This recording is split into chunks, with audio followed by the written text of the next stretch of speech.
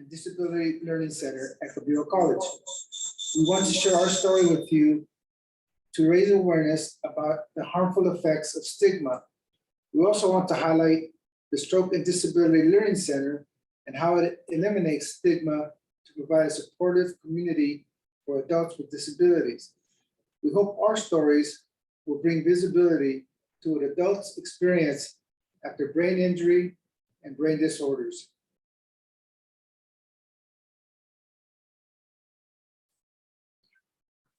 I'd like to introduce my friend, JT. Thank you, Manny. I'm JT Judy Burbeck. I'm from the Midwest and Colorado, now living in California. I have a Bachelor of Science in Nursing in 1966. My clinical practice was the childbearing year. Worked in community action, emergency food and medical, Red Cross nursing staff, master's degree in adult continuing ed, Montessori certified instructor, parents of 2 adult children, 3 grandchildren, and 2 great mates of my adult children. When unable to work for wages after a rollover accident, community services were a sanity saver. I am passionate about lifelong learning. Let there be no doubt, whether it is for myself or in support of others in water safety, including children with cerebral palsy and home nursing, community and prisons, learning about native plants, putting together a native plant program with friends, and offering that, healthcare staff, parents, I am passionate about lifelong learning.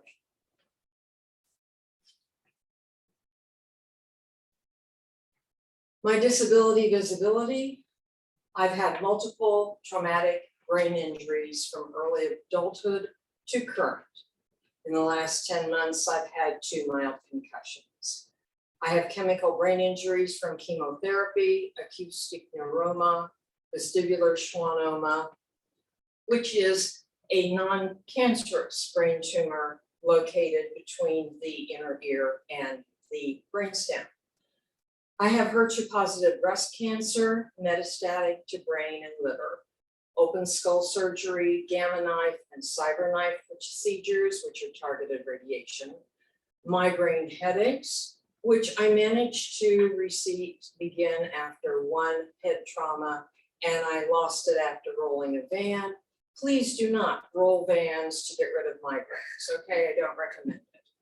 I have dizziness, imbalance, mobility challenges, tinnitus, peripheral neuropathy, though it's mild.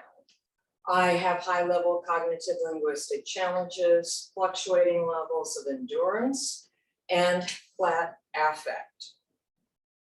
I learned we are invisible as a group and individually. In my TBI support group, we met with those having moderate injuries, seizures, and other challenges. One of them commented, yes, it is difficult to have these seizures and all that comes with it. And yet I'd rather have this than a mild brain injury. At least doctors listen. Comprehending all the happenings in my brain took me on a 27-year journey of why, what's happening, where are the people open to discussion.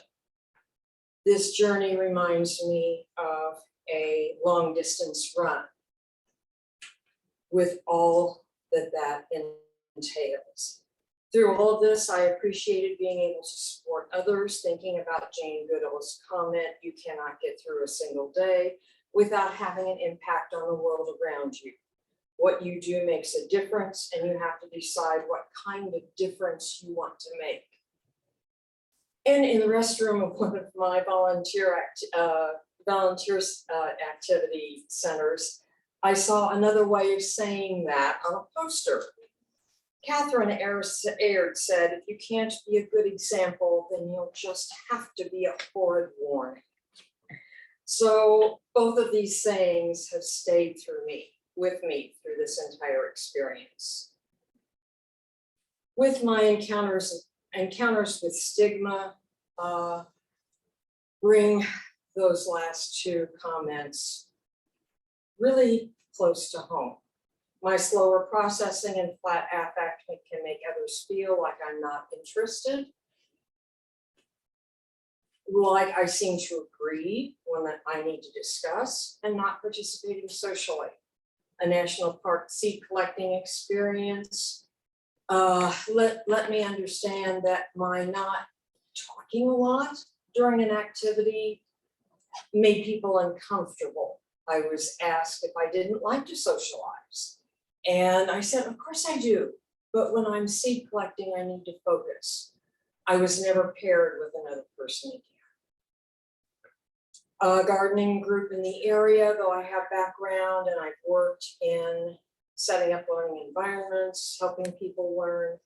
I did not make the transition in a way that the community wanted me to do in order to present materials. Another aspect of community participation includes the balance issues. Early on, I was concerned about being seen as drunk.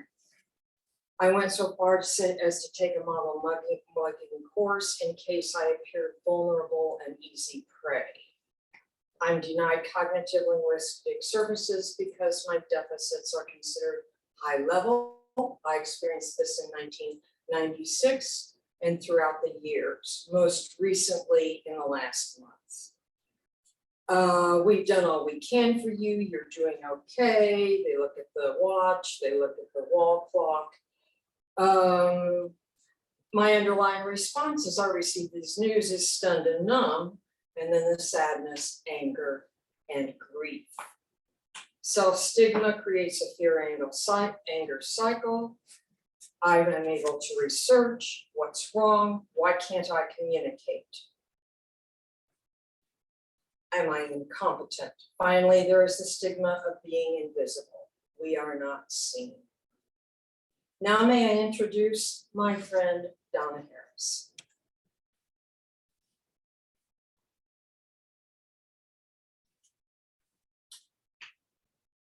Hello, my name is Donna Harris.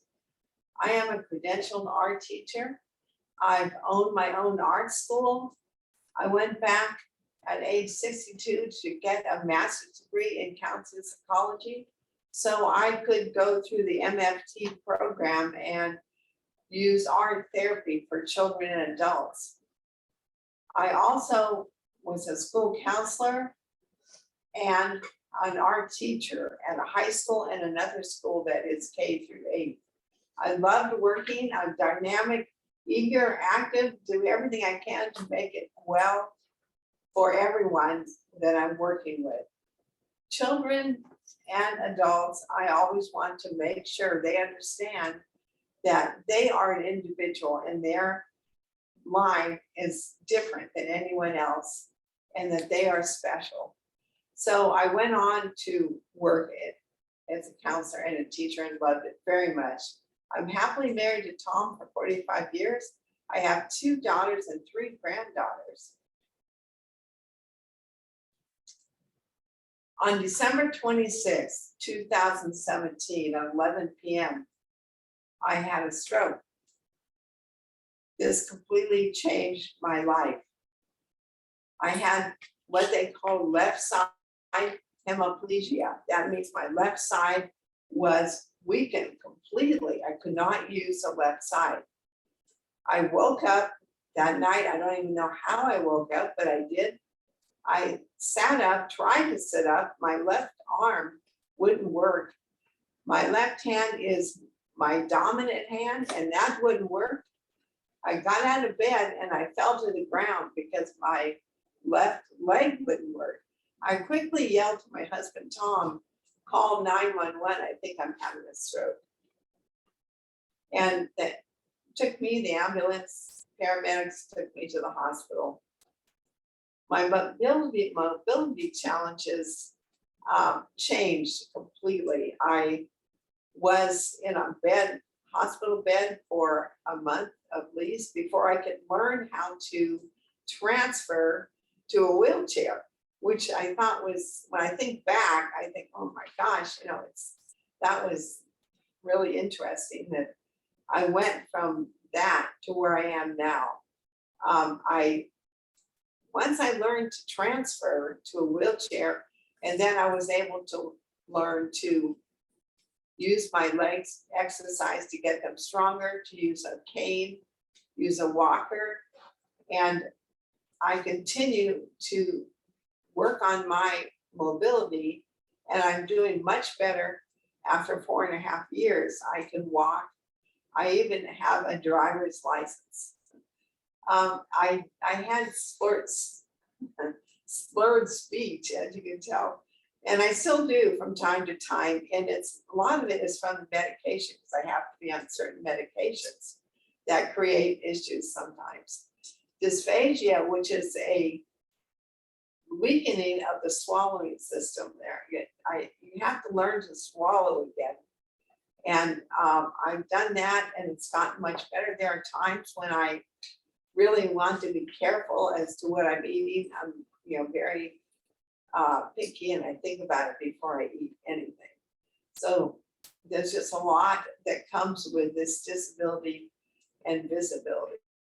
Also, I had a lot of back pain when I came out of the hospital, and I was home, and I took strong drugs at the time, and I did not like taking strong drugs.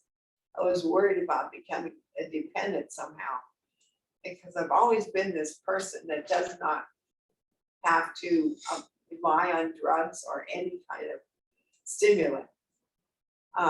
Depending on others became difficult, and that was for at least the first year. I had to have someone around all the time. My husband has been a great help all this time, and having a good caregiver is really important. So that has been interesting for me, because I've been so dependent on myself and independent, but I have, of course, let the caregivers help me, and it's been great. So along with everything, stigma has been also happening in my life, which I just was surprised at the stigma that I have had with different organizations, even in my wheelchair, even going into the grocery store. It seems like people want to pass me, and they don't want to put up with me being a little bit slower or not being able to reach something. So there's not always a lot of help. Every now and then there is, though. It can be a positive experience at times.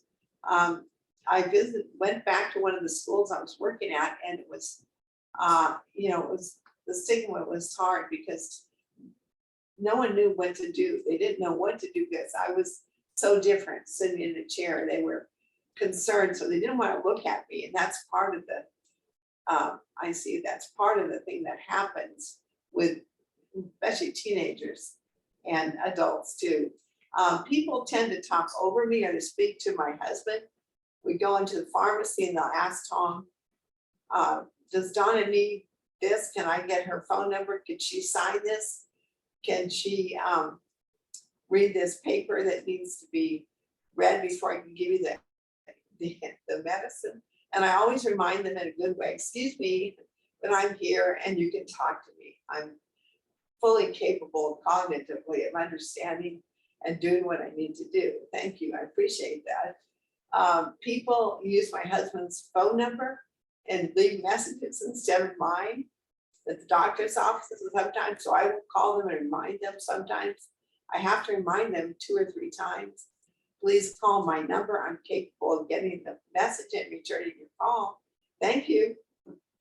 My family members also, it's very interesting because we live in an area where we have family members that live on the same property, and they at times do not know what to do. And I don't understand that. They're not verbal about why they feel hesitant. They're hesitant to take me in the car somewhere. I think they're worried that if something happened, they wouldn't know what to do. So then I really rely on friends and other people to help me. My quote is, "I will never let my disability dictate who I am." Now I would like to introduce my friend Sharon and her adorable dog, Sweet Pea. Good morning. I grew up in foster care with a long history of abuse, both physical and sexual. I was in juvenile institutions because my parents didn't really want me. I have a bachelor's degree in psychology. I worked at the Disability Center at San Jose State University, and I also worked as a security guard at Monarchs. I refinished antiques, got laid off because I was slow, and I worked in the tile making industry. I also volunteered at Dragon Slayers, and I also was a student there, and I helped others with disabilities to work with exotic animals like camels. We had zebras, there was miniature horses, miniature ponies. We had a drill team with the miniature horses. We learned how to groom, we learned how to take care of the animals, which was actually therapy, because when you're grooming the animals, you have to use your hands and your shoulders. And it's probably my second most magical place, the first one being here at the Stroke Center. About 26 years ago, I was diagnosed with characteristics of multiple sclerosis and Parkinson's disease. This has been driving me crazy for 26 years. Don't know which disability I should be treated for. The doctors now have me on Parkinson's medicine, and I've decided that because I have the two labels, that one day I will have multiple sclerosis, and then one day I'll have Parkinson's. I figured that will put some variety in my life. I started it with my right leg going numb and a neurogenic bladder. I'm a good traveler because I never have to stop at a restaurant. I can go all day, which is not healthy, but it's been done. It makes me feel crazy because I have no experience. It's frustrating because I don't want to label, but I do want to label. I have neuropathy and pain constantly, and I had to use my wheelchair for mobility.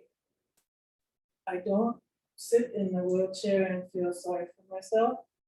I think I use my wheelchair as transportation to get from one place to another.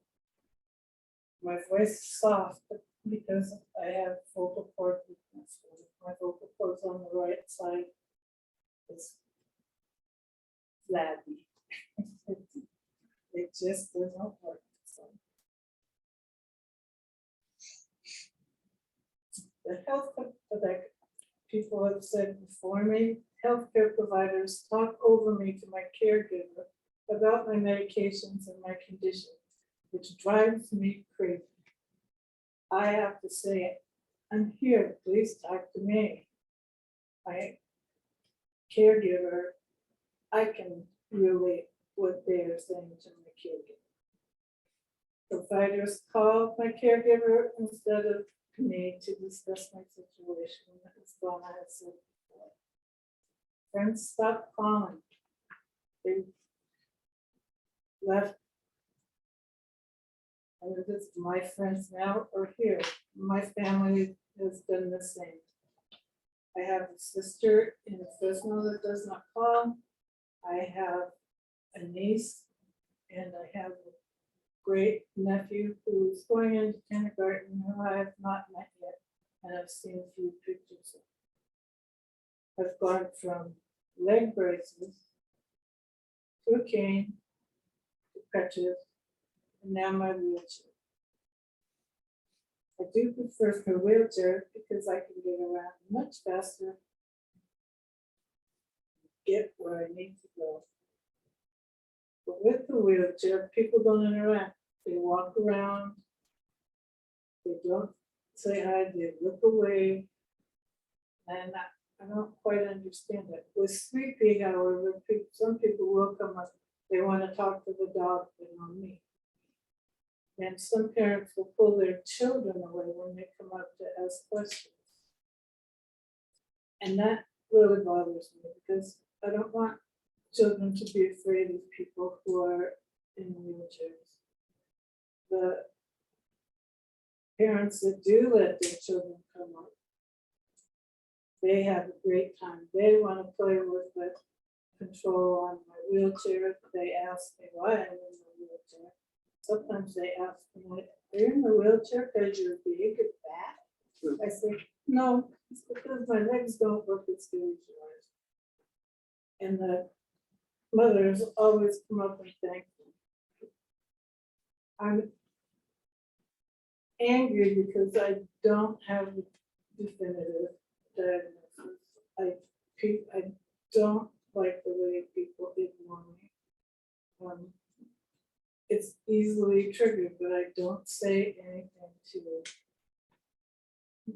to them about it. When we started this presentation, we were asked to go through pictures because they wanted pictures for the slides. And I went through those pictures. Everything that happened to me came up all at once and threw me into, let me say, the Great Depression and thoughts of hurting myself. I made contracts with people that I wouldn't hurt myself. I haven't. I've gone to see a counselor.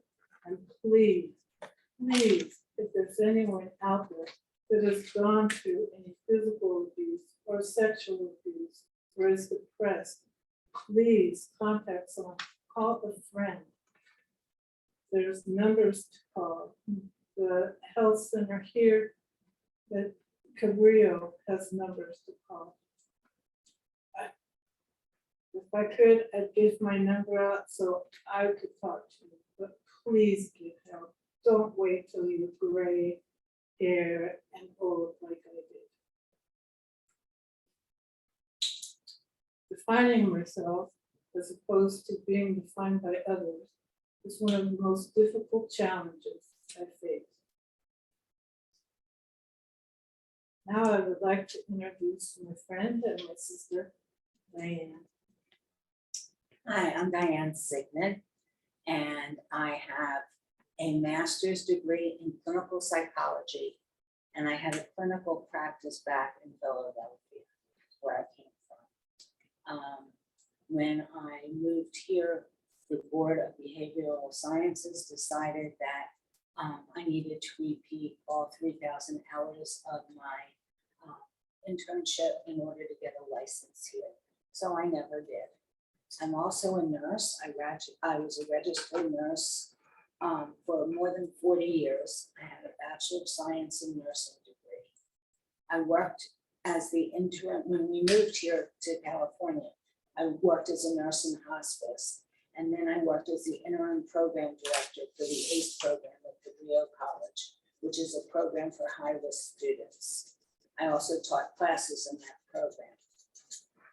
I've traveled the nation doing presentations about both occupational health, which was the area of practice for my nursing degree that I worked in mostly. And I also did presentations about the ACE program here at Cabrillo. I'm happily married to my husband of almost 45 years. We're from our 45th anniversary. And his name is Gary. I'm a mother of 2 adult children, but one boy and one girl, one man and one woman now. And 2 grandchildren also who are adult, and one man and one woman. I'm also the mother to 2 in-law children who I adore. My daughter has a lot of disabilities related to an ongoing long-term brain tumor. And she, in many ways, has been my role model and my hero. She's taught me a lot about standing up for or sitting down in my wheelchair, for my rights, and making sure that I am the person that is seen, not my wheelchair, but me. I love to travel. I love to see art in different art museums. I love to experience the music of different places and cultures, and experience other aspects of different cultures.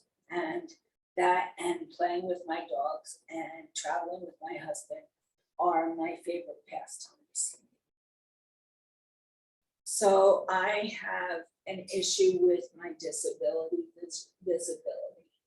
In 2010, I was diagnosed with multiple sclerosis as a result of multiple falls and a night where we came back from Paris, where we had gone for our anniversary, and came home, which at that point was over the hill in the San Jose area. And I went to bed and woke up in the middle of the night, somewhere around 2 or 3 a.m., having seizures. And I had one after another. I was in status epilepticus. My husband got me to the hospital, and that's where I was diagnosed with MS in the emergency room of the hospital after some stat MRIs or CTs, I think it was MRIs. I have decreased mobility, so I need my wheelchair to get around safely. When children come up and ask me, what's that, pointing to my wheelchair, I tell them that these are my fancy robotic legs, and they can take me wherever I need to go when I can't walk there, because my legs don't work very well. I have challenges with both gross and fine motor control. Gross means big muscles, and fine means small muscles like fingers and hands and toes. And I have fluctuating cognitive communication challenges, which means that I have difficulty keeping my thoughts in my head and going from one part of a sentence to another and making them connect well. I have days where I don't have any problem with that at all, and other days where I can't speak in a sentence. I have decreased endurance. I get tired very easily. Every afternoon is my nap time. Starting at about 3, I crawl into bed for an hour and a half or 2 hours, and then I'm fine for the evening. I've had multiple falls and injuries related to those falls. Oh, I neglected to mention that when I was diagnosed in 2010, I was told that I had probably had MS for 20 years and was misdiagnosed. So I've had falls where I've broken bones and all kinds of other problems. I have pain always. Sometimes it's mild, sometimes it's very, very severe. I have muscle spasms that can last hours and hours. It's like a Charlie horse in your leg, but it's not just in my leg. And it's very hard to get rid of. I get something called MS hugs, which is when the muscles that make the diaphragm go up and down so you can breathe all spasm at once, and I can't breathe. It's very hard. I have to fight through every breath, every muscle spasm to get my diaphragm to move so that I can take a breath. All in all, originally when I was first diagnosed, I was left feeling powerless, hopeless, frightened, drained, and depressed. So I want to share with you what it's like being in a wheelchair and the stigma attached to it. When I'm in my wheelchair, I feel unheard and invisible. Do you remember in Harry Potter books and in the movies, he has one goal at one point which is to get the cloak of invisibility. I'm wearing that cloak right now, and every time I'm in this wheelchair. Nobody asks my opinion about anything, even if it has only to do with me. During my last professional presentation experience for Cabrillo College, I went to New Orleans to speak at a conference for teachers, science teachers, to explain about the science aspect of our program in the ACE program. No one, despite multiple phone calls and reassurances that the room would be wheelchair accommodating. I arrived 15 minutes before my time to speak, and no accommodations were made. So it took the first 10 minutes of my speaking time to rearrange chairs with the help of the attendees so that my wheelchair could make it to the front of the room. This is not unusual. Our environment in this country is not set up to support my independence or the independence of everybody in a wheelchair.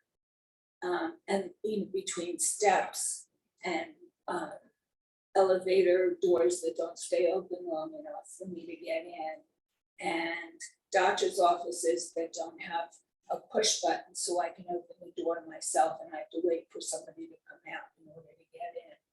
This is everywhere. And we're in this country better than most other countries. Healthcare practitioners talk over me. They talk to my husband. They talk to family members or friends that I bring with me to appointments to be a second set of ears. Without my knowledge or consent, at one point, my neurologist, who I have since fired, sent a letter to Cabrillo Human Resources to let them know that as of February 3rd, 2013, I couldn't work anymore. The date on the letter was February 3rd, 2013. This left me feeling hurt, angry, and worthless. I felt not worthy of anyone's time, anyone's energy, not even my own.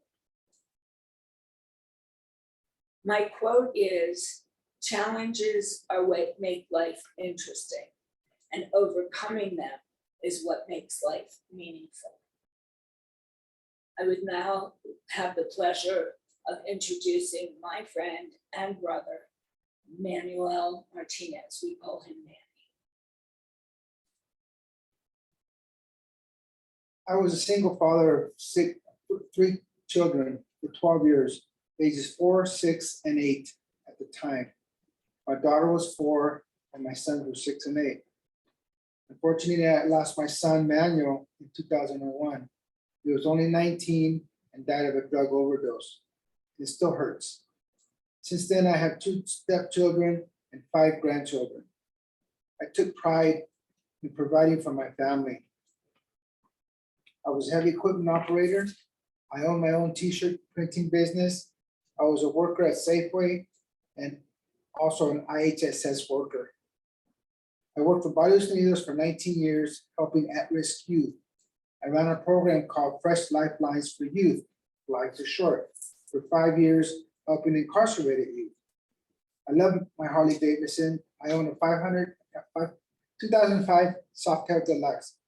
But before my stroke, I used to ride every day. I love riding my bike, and I would take the back roads.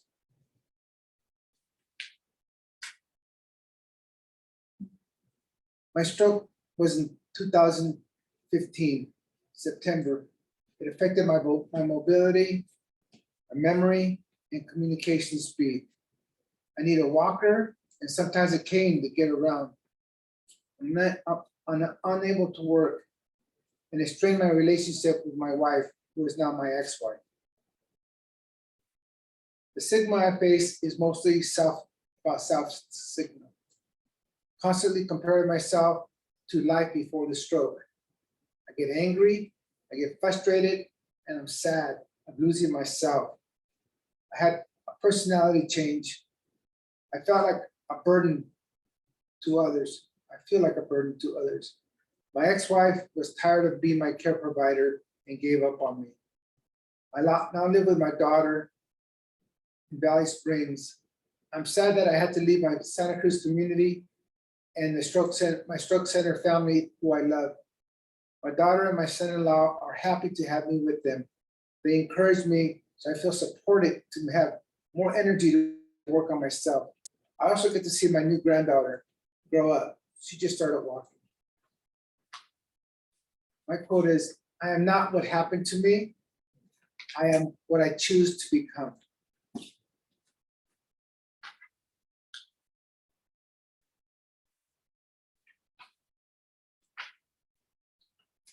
So I'm about to talk to you a little bit about low mood. Low mood is often experienced after a neurological event.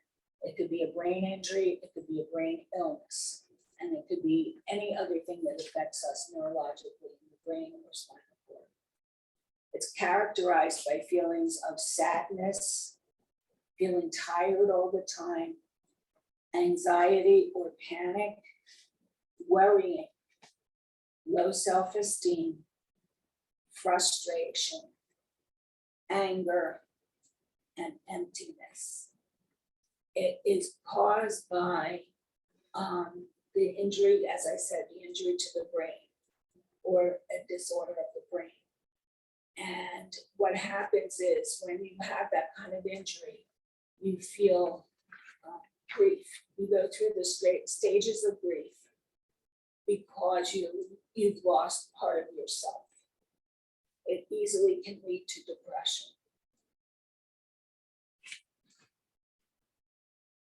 Encounters with stigma and effects on low mood. Stigma makes you feel shame and fear. It becomes difficult to enjoy life when you're carrying that burden of shame and fear. The low mood can make you feel hopeless. It takes away pleasure in doing things. It becomes a desire to isolate yourself from others. When I experienced low mood and I was heading down the slippery slope to depression, I locked myself in our apartment, my husband and I did not go out for 2 years, except to go to doctor's appointments. When you're isolating, it can prolong a state of low mood. It puts you at risk for depression, which is eventually what I had.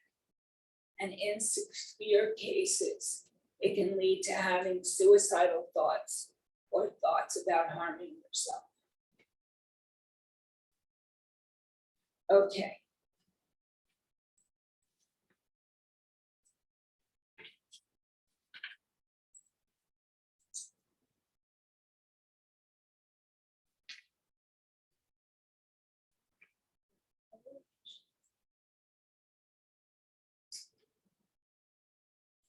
Oh.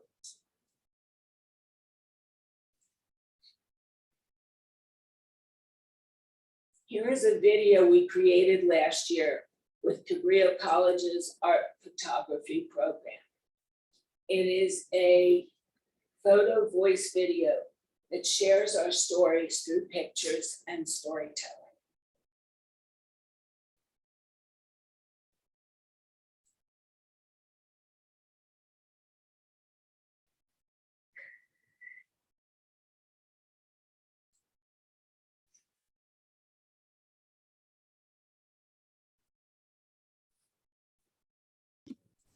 In my case, I woke up in a hospital with my memory. Excuse us, we're having a little technicality. They told me I had a traumatic brain injury. I have to learn how to talk again. Like when I get out of the bathtub, I fell back, hit my head, and then I fell 3 more times upstairs. My face in the toilet, I fell downstairs, and then I realized something was wrong. It was in the back of my neck here on the right side, and I felt it go up. thought my leg would make me sleep. So I said, I'm gonna try to stand up again. I tried to stand up, and then I found out my arm was paralyzed. And I don't know where it came from.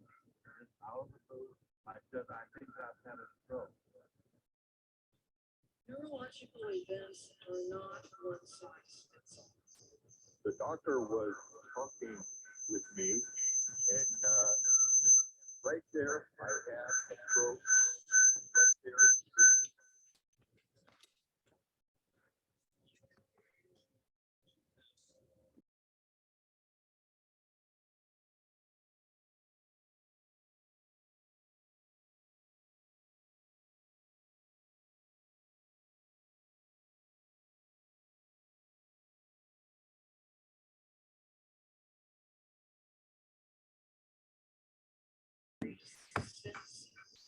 With chemotherapy and targeted radiation. Hit my arm against the doorway. I'm on the left end of the hip, laceration. The blood was still on the wall of my house. Apparently, I was walking across one of the bridges.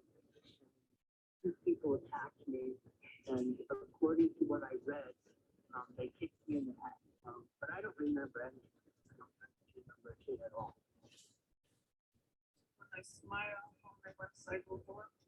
Sometimes I just don't smile. People will swear that I did this or I did that. And I was with the police and that, and I have just no recollection. I have long-term memory, but short-term memory is affected. It's like you can't remember yesterday. Lift one foot up and it's like all of a sudden you have no sense of balance. Try to grab onto something stable as the whole world is tumbling around you. My speech was very garbled and not intelligent at all. So what does it feel like when you try to find a word? You're trying to communicate, say, over the phone with me, and you can't come up with a word. Well, I try to figure out another way to say it. Eventually, the disabilities get to you mentally because you become sort of discouraged because nothing's getting any better. You're always trying to do something that just doesn't happen. Your brain needs to learn again. And I was a very active person. I had very muscular legs and was a roller skater and, very active physically. I never had anything happen to me, I never got the flu or anything. So it's just like I wanted to ride an ambulance, but not like this. I served in the Naval Air Force, stationed in San Diego. I was an air crewman and flew in an anti-submarine airplane. There are military personnel, there are football players, there are soccer players, there are domestic violence survivors. I had a very active tax practice. I'm a CPA. I used to be a heavy equipment operator. I used to have my own t-shirt shop. How do you tell people that you've had a stroke? Or do you not tell them? Because as soon as you tell them, they can write you off. They think, okay, that's the end. You're going to be out of the picture in this world pretty soon, so we might as well not bother you. Okay, I had a CVA, and they go, what's that? And you say stroke, and then they go, oh, they don't want to carry on the conversation after that. When I'm in my wheelchair, I immediately become invisible. Sometimes my face shows intensity of effort, which can be misinterpreted. And sometimes I don't have facial expression, and that can also be interpreted, not necessarily in a beneficial way. I wish people wouldn't think I'm stupid just because I can't think of a word or get this thought out. I was in pretty rough shape when I started with the stroke center. I became sedentary and I was doing the wrong things. I wasn't exercising nearly enough. I wasn't stretching nearly enough. Yeah, I should have done a lot of things that I could have done, but I didn't know. Nobody really told me anything.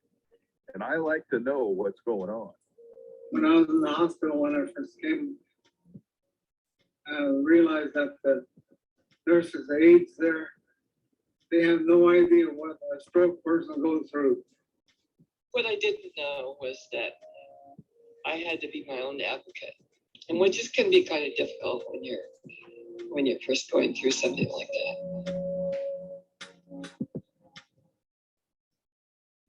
I think the best experience for me is coming to the stroke center and finding so many people who have the same condition that I do. Yeah, that's true for me too. The benefits, just the different classes that they offer at the stroke center, mobility, this computer lab, bocce. I really like bocce ball, you know. I think the biggest benefit of the Stroke and Learning Center at Cabrillo is that is the camaraderie, it's the people. It's all about the people. When you talk to somebody and they say, I know what you're talking about, and you really know that they know what you're talking about because they've been down the same road.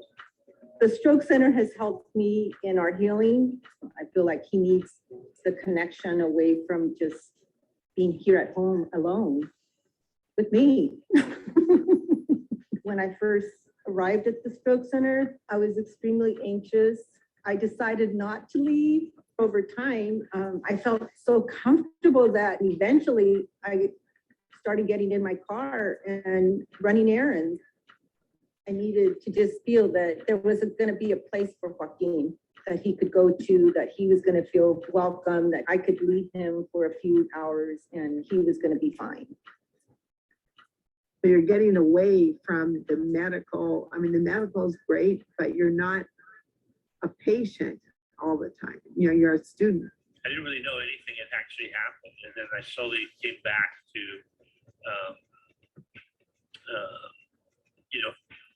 getting able to talk again, and then getting my body back. And you can see people progress. Some people from wheelchair going to walker, into the cane, and then just walking. I'm not a has-been. I'm more than somebody in a wheelchair. You have to keep trying to do things, and eventually you can do them better than you did before. Reach out to other people to help you, because you can get better. But don't give up.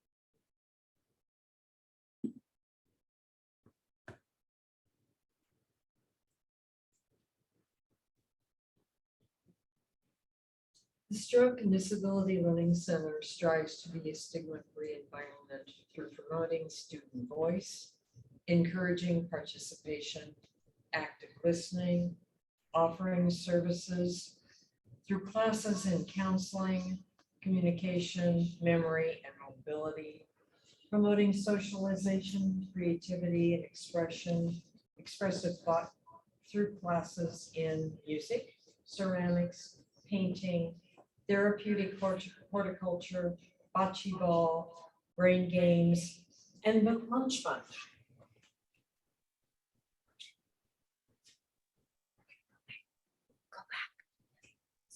So it was needed.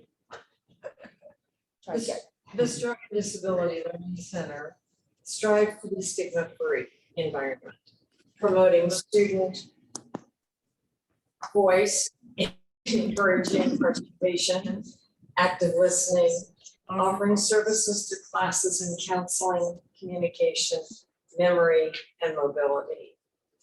promoting socialization, creativity, and expression through classes in music, ceramics, painting, therapeutic horticulture, bocce ball, brain games, and lunch bunch. Love is spoken here. It is the motto of the Stroke Center. And twined through that is another thought, way of doing things called love, called standing tall. It represents who we are, all of us.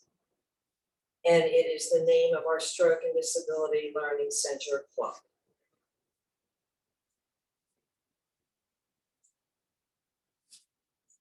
I'd like to introduce Courtney Hewitt.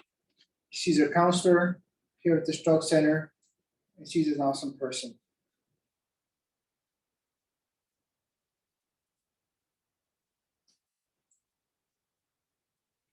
Dimitrovich, and I'm a counselor at the Stroke and Disability Learning Center at Cabrillo College. And one of the great things that I get to do with the Stroke Center is teach some of our counseling support group classes. These classes are structured like a support group, and they provide students with a safe and confidential space where they can talk openly about how they feel and about their life experiences. Also in these classes, we are learning about community resources and learning about healthy coping strategies for managing difficult feelings like depression, anxiety, and loss. At the Stroke Center, we offer a few different types of support groups, including a women's only group, a men's group, and 2 co-ed groups. This allows students the opportunity to select the environment that feels most comfortable to them. In a support group, it's really important that participants feel safe and feel that they can trust each other as well as the group leader. Often once there is this foundation of trust, participants are more able and willing to talk openly about how they feel and about the struggles and challenges that they are dealing with. There are a lot of great benefits to participating in a support group. It allows people the opportunity to express how they feel and to share about parts of their life story. It allows people to be heard by others, which is quite empowering. And it allows people to be connecting with each other over some of their similarities and their shared life experiences, but also to be learning from their differences and potentially to be seeing different perspectives on a situation or to how to handle a situation. Over time, it's great to see how members in a group build relationships with each other, and they offer each other feedback and advice, and they remember each other's struggles and check in with each other about how they're doing, kind of follow up with one another, particularly during challenging times. In a support group, you see individuals encouraging one another and really helping each other stay motivated and continue to move forward in a positive direction. There's a lot of great benefits to support groups, and I think it's a really wonderful way for people to take care of their mental health, and I'm so glad there are opportunities for support groups like this here at Cabrillo College.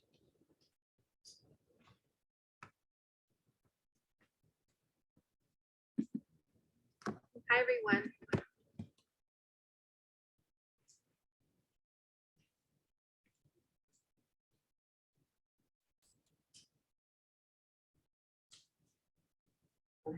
For me, what I got from being in this counseling group, I felt there was a confidential space where we can express ourselves. Sometimes you feel alone in the world, and this makes me feel not alone through other people's similar experiences. It may not be the same experience, but we learn from each other. It feels safe and secure. In the women's group, it feels like family, and my trust grows from being in counseling. It is helpful to know that we're all paddling the same leaky boat together. In paddling and repairing together, sometimes individually, we move through the grief and loss of our experiences. We witness for each other. Together, we see that we are going through similar experiences. By listening to the sharing of these similar experiences, we are provided with an assortment of potential solutions to our challenges. Even more importantly, we know that each participant will be there to support and encourage us. It feels better than family because there is mutual respect and true understanding. I like the co-ed experience. Everyone is respectful to each other without judgment. It's good for me to hear the perspectives from both men and women about their experiences.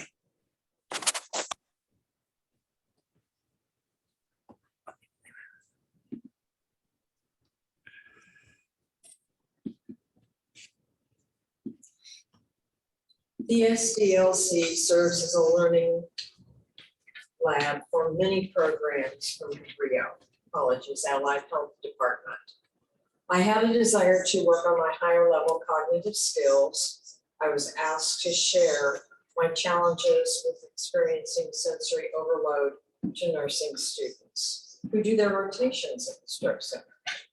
My presentation has helped nursing students better understand ways they can support others who experience similar challenges. My presentations also provide healthy cognitive exercise for my brain and boost my confidence in public speaking. Not to mention, it keeps me out of mischief.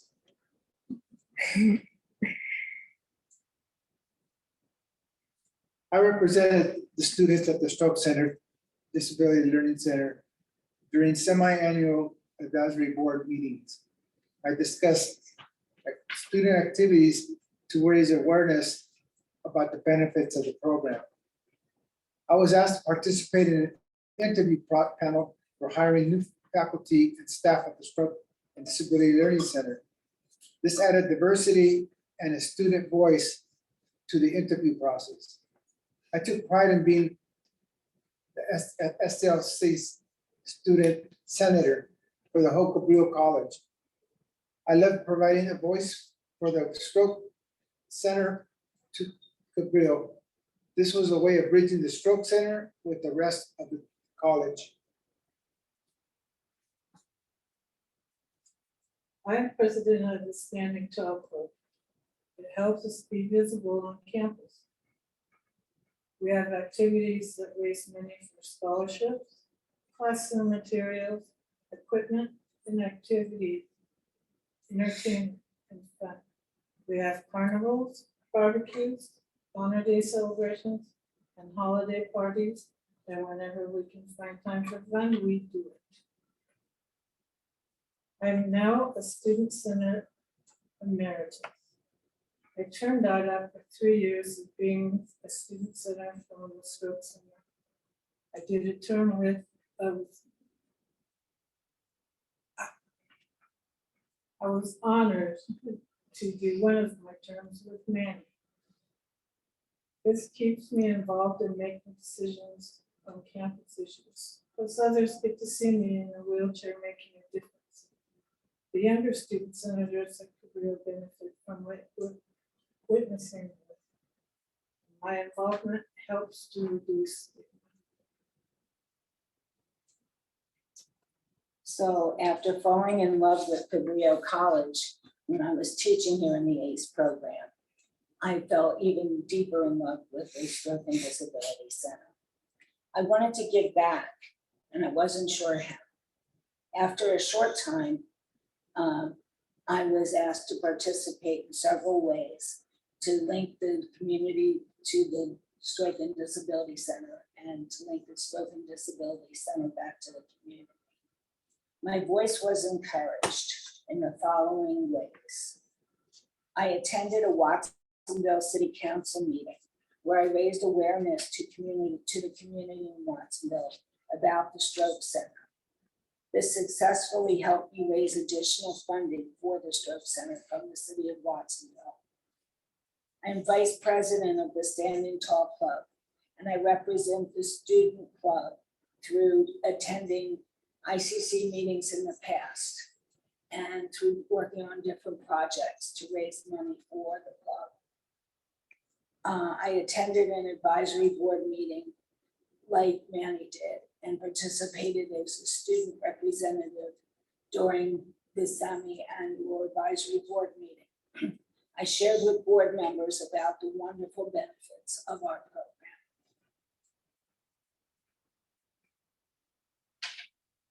I am a ICC student representative. I attend bi-monthly meetings at the Standing Tall Club as the Standing Tall Club student representative. Provide updates on our club activities and find out what's happening across campus. I report back to the Standing Tall Club. Another thing that I do is an art activity.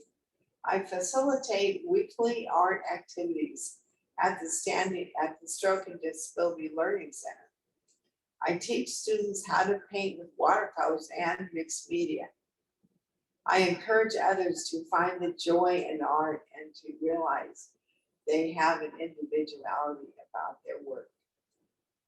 The experience fulfills my desire to teach and gives me a safe, supported space to practice my skills.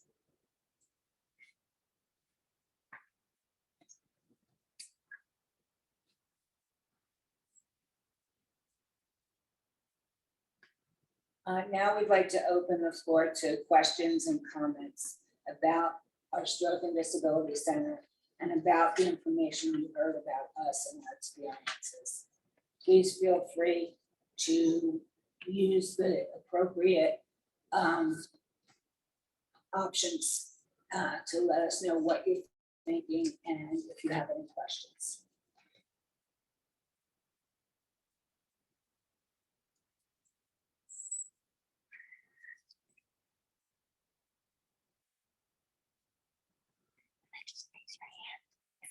Please raise your hand if you have something you would like to ask us.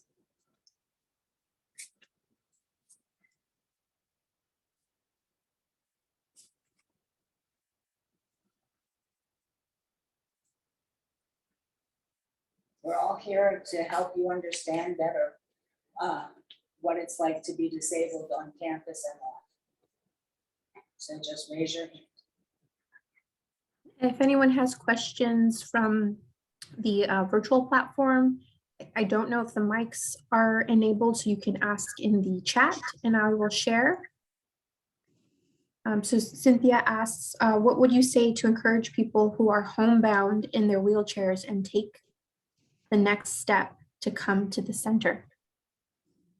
I'm having trouble hearing you. Would you mind repeating it one more time? Yes, so we had a question in the chat. What would you say to encourage people who are homebound in their wheelchairs and take the next steps to come to the center? I can only tell you my experience with that is after 2 years, I woke up one morning and said, that's it. You have enough pity. It's time to move on with your life. You're not going to stay home and in bed for the rest of your life. And so I picked up the phone as hard as it was, and I spoke to then the person in the front office was Terry. And I spoke to Terry and I asked her about it and explained my story. And she took it from there. And it was a wonderful experience. But reaching out and being vulnerable is very scary.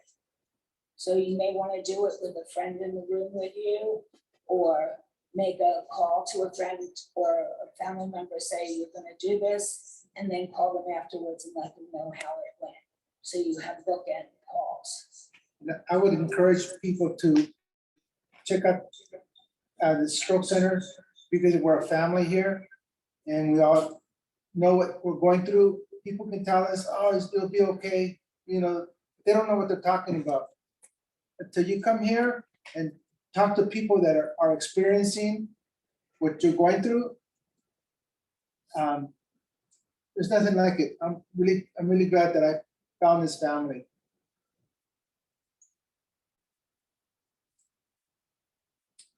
When I came the first time, I was so surprised how comfortable I felt within minutes, 2-3 minutes.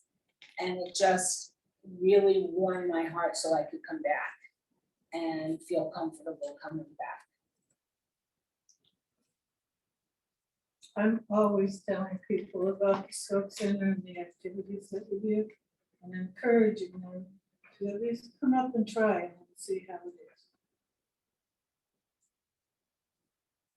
And I was very grateful to be able to make contact many years ago and find a place after having been uprooted from my Rocky Mountains and transplanted here. I was having a hard time accepting the transplant.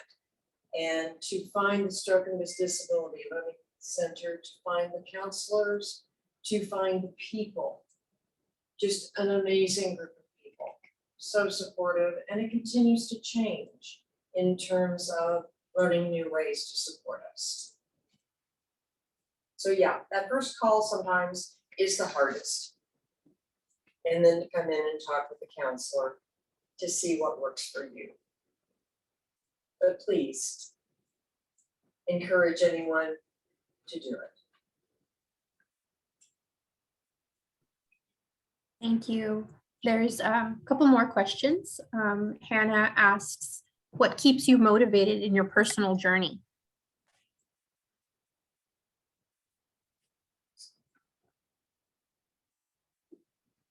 My family here at the Stroke Center keep me wanting to do better for myself. They understand what I'm going through, and the instructors here are phenomenal. There's also a lot of socialization both in and outside the stroke center. And I have been to restaurants with my colleagues here at the stroke center. I have been out to lunch. I've been going on wheelchair rides. It would be like a walk, but in our wheelchair. And the more I'm out in the community, the more comfortable I feel out in the community.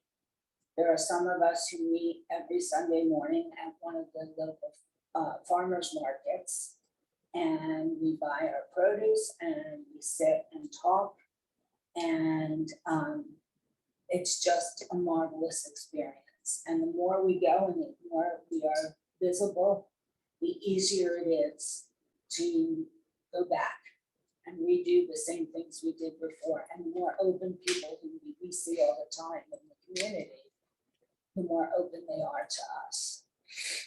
It's even a good place when you're having problems with sensory overload, communication issues, and don't feel comfortable in groups, large groups. It's a great place to stretch and learn what works, and it's accepted here when you need to step back a bit. We also have a lot of mobility classes, which are run by physical therapists. And it's like physical therapy in a group. And there's often a fun aspect to it. So we may have to walk through an obstacle course that is between parallel bars. And at the end of the obstacle course, we may have rings to throw on the top of bottles, or a basketball to try to throw in a basketball hoop, and so on. And it becomes a game, and it's a lot more fun than just physical therapy, one-on-one physical therapy with a physical therapist. And we have the support of one another. So we're cheering each other on, and it's a wonderful feeling. And we laugh, we have fun, it's not cut and dry, doctors or whatever. We have fun, we laugh and we talk and share what we did the day before, and what we're gonna do later on in the day.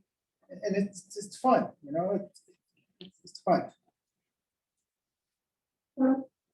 We encourage people to come and interact with us.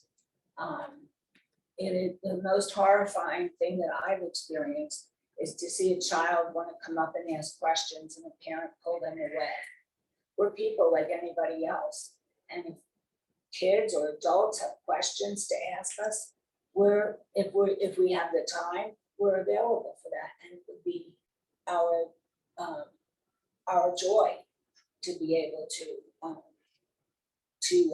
answer questions. Interact with us like somebody, you're interacting with somebody else that's standing on the street, and you want to interact with them. Just don't, some people come up and touch us, and that's violating our personal space. If it's a child, no problem. But if it's an adult, just treat us like you would treat a friend. You know, shake a hand, that's okay. But don't put your arm around us. And for the most part, we don't want pity. We don't want sympathy. We would like empathy if you can, but not sympathy. We're not poor and deprived. We're fine. Just talk to us like you would talk to anybody else.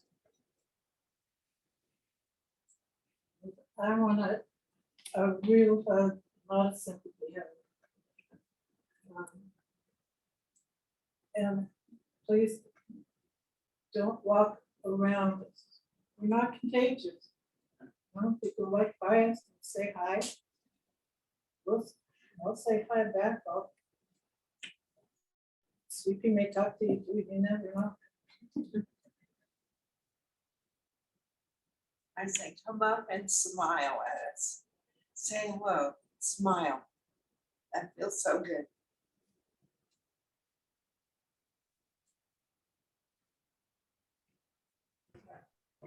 Wonderful. There's 2 more questions. So the next one is, do you feel supported by the other non-SDLC students in the Student Activities Club? You feel supported by other non-SDLC students in the Student Activities Club in ICC and other student clubs that are happening throughout campus. Do you feel supported? Yes. I've been to a lot of meetings, and our club is supported. Actually, they come to us and want us to help them with activities. Actually, to make, when I went, and now when Donna starts going, it actually feels like another family.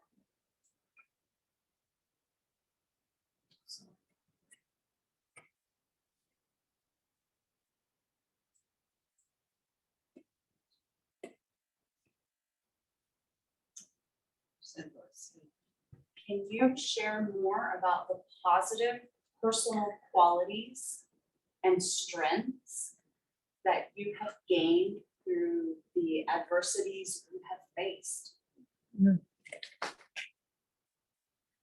I can. I have learned to be my own best advocate. And that was very scary for me at first to speak of it up in any kind of situation and say, hello, I'm here and this is what I need. But it works because people would, for the most part, want to help us, but they don't know how, so they're afraid to approach us. So we have to stand up for what we need ourselves.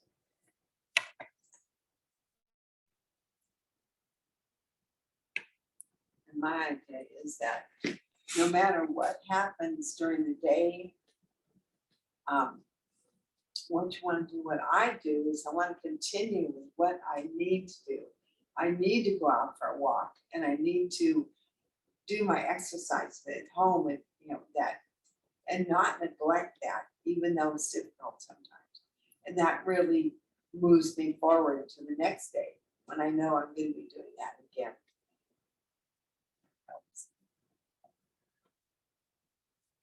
And although this is not a journey I would have chosen, it has offered me the ability to see brain injuries across the spectrum, whether they're developmental, whether they're acquired, the impact they have on lives, on families, and then bringing that to myself. What impact is that on me, on my kids, how do I make the most of this learning experience? I said, I'm passionate about lifelong learning. I just don't like the surprises sometimes. But it is lifelong learning. I have a gift of life, and I appreciate that so much. And I'll do my best with it. Yeah, I have also found that I appreciate every minute of my life much more since I became disabled. I don't want to waste my life feeling sorry for myself. So I give back more to the community than I did before. I do have to add, everyone, there are times when I drop down into that pothole of, what am I doing here? Why? The anger, the sadness, the, am I depressed? What do I need to do? I drop into that. And Serendipity Singers has a great little song, and I'm gonna share this and we can all, yeah. It's called Mud. It's about a group of hippopotami. And it's called Mud, Mud, Glorious Mud. Nothing quite like it for soothing the blood. So follow me, follow down to the hollow, and there was a swallow in glorious mud. I have to remove, that's one of my exit strategies from that pocket. Yeah, I've got to drop down in here sometimes. It's just the way life goes. But then I need to see that safe way out and rely on people I value, who value me to help me.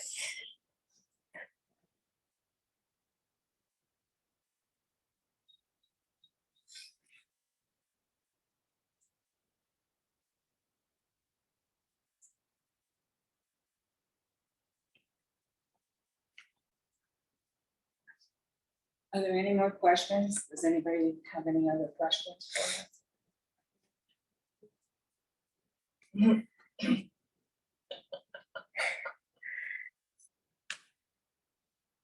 Well, I have one more statement to make. When kids are curious and they want to see what the wheelchair is all about and what does it mean, let them come up and ask questions. Because through those questions and that interaction, stigma will be diminished. A lot of parents see their kids running up to us and they are very upset and pull their children away. And then they're going to grow up to feel like there's something wrong with the people in the wheelchairs. And yeah, we have something wrong, it's mobility, but it doesn't mean that we're not people like any other people. So let them come up and ask their questions. Just remember, we're not contagious. You know, we love to be around people and we love to talk to people. So whatever we have, you're not gonna get, you know?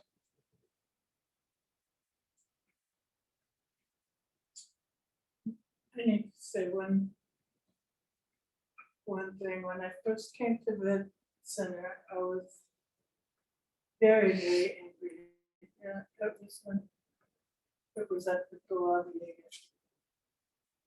And I wanted to hurt myself. I made a contract with one of the counselors. And I've grown a lot, and I'm still growing from here. And my stroke center has really saved my life. If I hadn't found the stroke center when I did, I don't think I'd be here. It's a supportive place, it's family. It's a loving place.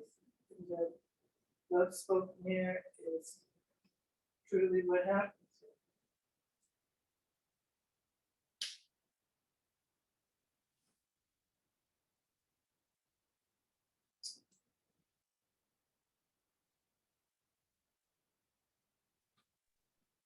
Looks like we have another question from the chat. Andrea asks, what is your favorite activity to do at SDLC?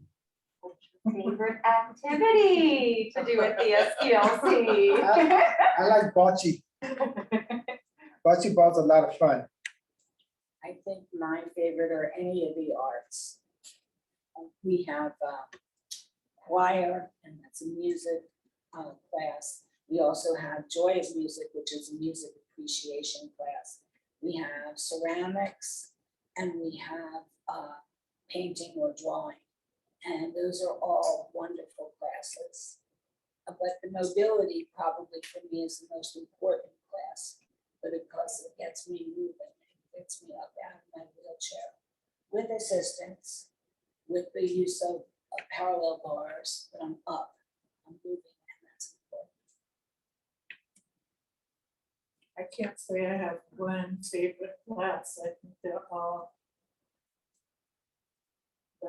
wonderful and you learn different things. They're fun. We have brain games and we play Jeopardy and we laugh. Memory, we laugh. We support a little dog named Secret. It's just all the classes. I can't say anything that I can't pick a favorite one. It's just not. I love them all. I really enjoy the computer lab so much more than computers. Just, it's amazing. And then there's the horticulture therapy. To be able to see plants, vegetables growing. It's just, it's great. And it's a cycle of life.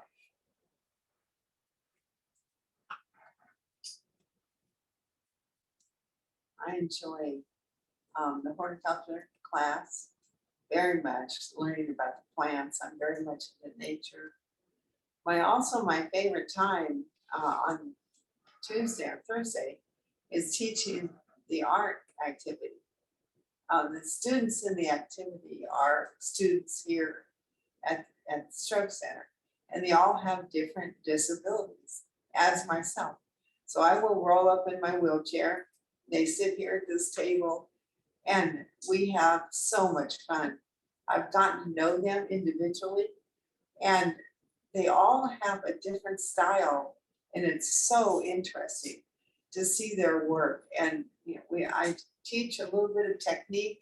We talk about maybe about Earth Day or whatever the theme is for the Stroke Center, maybe that month. And they come and they create what they feel. It's all about how they feel, you know, your heart and the five senses. We always bring something for them to smell, that kind of a rose or a piece of fruit, and we have so much fun. It's a great class. So I encourage that for many reasons.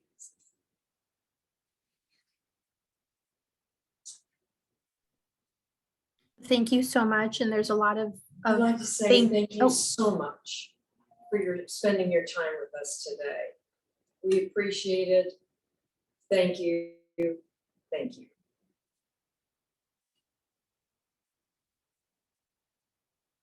Thank you. And there is one comment in the chat that I'm going to share. Sally Weiss says, actually, you are contagious in the best way. Thank you for helping us catch your courage and openness to fun, learning, and life. You're wonderful. So thank you guys so much. I definitely second what Sally says there. Donna, Judy, Sharon, Manuel, and Diane, thank you guys so much for sharing your stories and your resiliency, your hope, your courage, your advocacy is amazing, and working towards that stigma-free community. It's truly inspiring. And the Stroke and Disability Center is such an amazing community. Thank you all. Thank you for this opportunity.